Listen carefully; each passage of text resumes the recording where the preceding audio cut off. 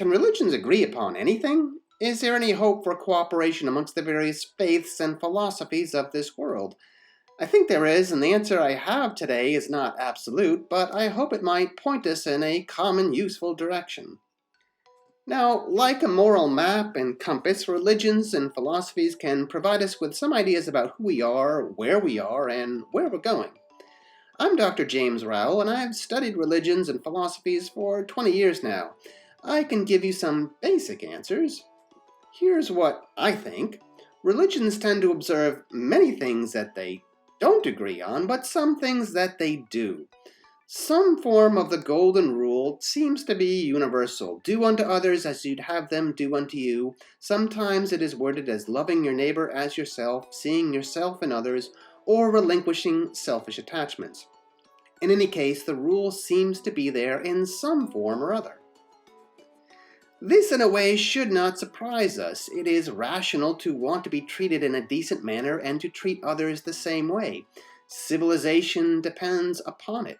It obeys Kant's philosophical law that one should always act in such a way that you can also will that the maxim of your actions should become a universal law. If that's too wordy, do the right thing that is the right thing at any time or place. Moral action to be universal has to be reasonable and defensible. There are other things that religions share in large part that help describe the golden rule. They too are defensible by reason. These basic ethics that follow are don't lie, don't steal, don't commit adultery, and don't kill or murder.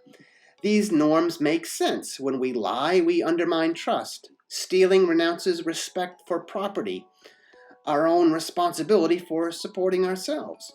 Adultery erodes romantic bonds, and murder fundamentally attacks the security of our life amongst people. I think I first read about these shared norms in Hans Kung's book, A Global Ethic, probably over 20 years now ago. People like Gandhi and King have also reinforced this view that religions may have something in common. But having studied religion for 20 years, I would add to that list, which Kung suggested to me a long time ago.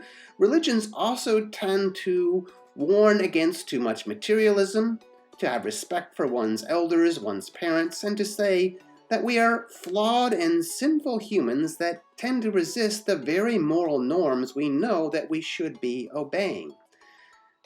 I could barrage you with quotes from the Bhagavad Gita to the Quran to the Bible about this, but I also have a forthcoming book on the meaning of world religion, so I would reference you to that if you're interested in further research.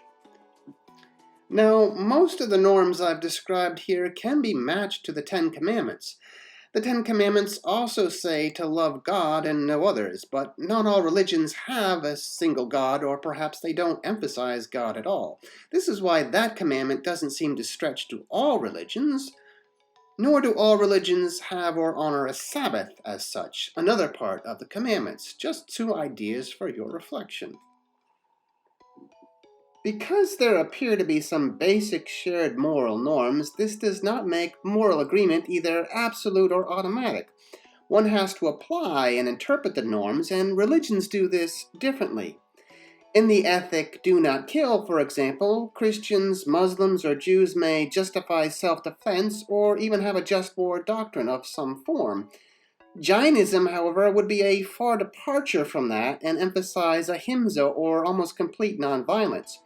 Gandhi and Dr. King also emphasized this. Having seen some common ground on which there is at least potential agreement, I hope this is a positive place to begin.